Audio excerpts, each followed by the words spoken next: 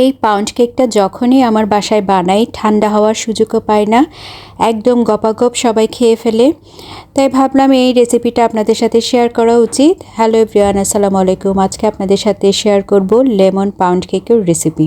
তো চলুন দেখে নেওয়া যাক কী কী লাগছে। প্রথমে লাগছে 1 চা চামচ লেমন জেস্ট, একটা লেবুর খোসা গ্রেট করে নিয়েছি। আর এখানে খেয়াল রাখতে হবে কোনোভাবে যেন সাদা অংশটা না আসে, এটাই হচ্ছে লেমন জেস্ট। এরপর আমাদের ময়দা লাগবে 80 গ্রাম, কর্নফ্লাওয়ার 10 গ্রাম, গুঁড়া দুধ 10 গ্রাম, চিনি লাগবে 100 গ্রাম, তেল লাগবে 100 গ্রাম, এখানে বেকিং পাউডার নিয়েছি 1 চা চামচ,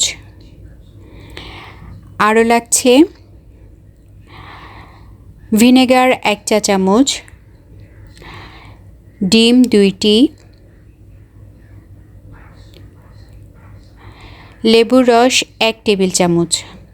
প্রথমে সবগুলো উপকরণ আমি মেপে নিয়েছি। যারা কাপের মাপে চান তারা একটু ডেসক্রিপশন বক্সটা চেক করবেন, অথবা ফার্স্ট কমেন্টে আমি ফুল রেসিপি ইন ডিটেলসে গ্রাম এবং কাপের মাপে দুটিই দিয়ে দিব।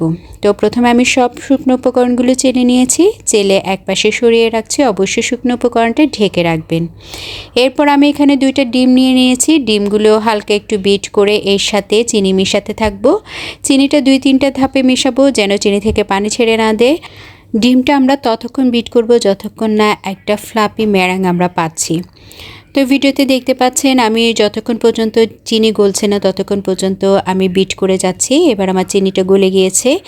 এখন আমি এর সাথে তেল এবং লেমন ইমালশন ইউজ করব। আর দিচ্ছি লেমন জেস্ট। লেমন ইমালশনের যখন মুখটা খুলেছে বিশ্বাস করেন এত ঘ্রাণ, আপনারা অবশ্যই একবার বাসায় ট্রাই করবেন। এখানে আমি লেমন ইমালশন দিয়েছি 1 চা চামচ। এবার আমি বিটারের কাঁটাটা খুলে একপাশে সরিয়ে রাখছি এবং শুকনো উপকরণগুলো 2টা ধাপে মিশিয়ে নিচ্ছি। যেহেতু এটা পাউন্ড কেক, স্পঞ্জ বসে যাওয়ার কোনো ব্যাপার নেই, সবগুলো উপকরণ খুব ভালোভাবে মিশে গেলেই হবে।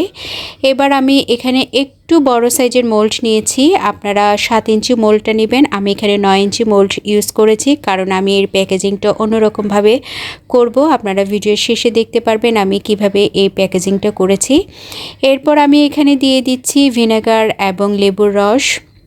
সবগুলো উপকরণ খুব ভালোভাবে মিশিয়ে নিয়ে আমি এটা চুলায় বেক করে নিব 40 মিনিট। আমার 40 মিনিট লিখেছে, আপনাদের কম বেশি রাখতে পারে। আর আপনারা ওভেনে করলে 170 ডিগ্রি প্রিহিটেড ওভেনে 40 থেকে 45 মিনিট বেক করে নিলেই হবে। এই তো আমার পাউন্ড কেক একদমই রেডি। আমি কেটে দেখিয়ে দিচ্ছি। বিশ্বাস করেন এই কেকটা এত রিফ্রেশিং একটা কেক, আপনারা একবার বাসায় বানাবেন। আর আমি আসলে এইভাবে প্যাকেজিং করার জন্য এই কেকটা একটু ফ্ল্যাট বানিয়েছি। আপনাদেরকে প্যাকেজিংটা আমি দেখিয়ে দিচ্ছি। আর কালারটাও খুব সুন্দর এসেছে, সবাই খুব বেশি পছন্দ করে। আপনাদেরকে অনুরোধ করব অবশ্যই রেসিপিটা ফলো করে একবার ট্রাই করবেন, তাহলে বুঝতে পারবেন যে এই কেকটা কত বেশি মজার। তো আজকে এই পর্যন্ত। আমার রেসিপিটা ভালো লাগলে অবশ্যই লাইক কমেন্ট শেয়ার করে দিবেন। আপনাদের টাইমলাইনে শেয়ার করে রাখবেন যেন প্রয়োজনে আপনারা দেখে নিতে পারেন। তো ভালো থাকবেন, অনেক বেশি দোয়া করবেন, পেজের সাথেই থাকবেন। আজকে এই পর্যন্ত। আল্লাহ হাফেজ।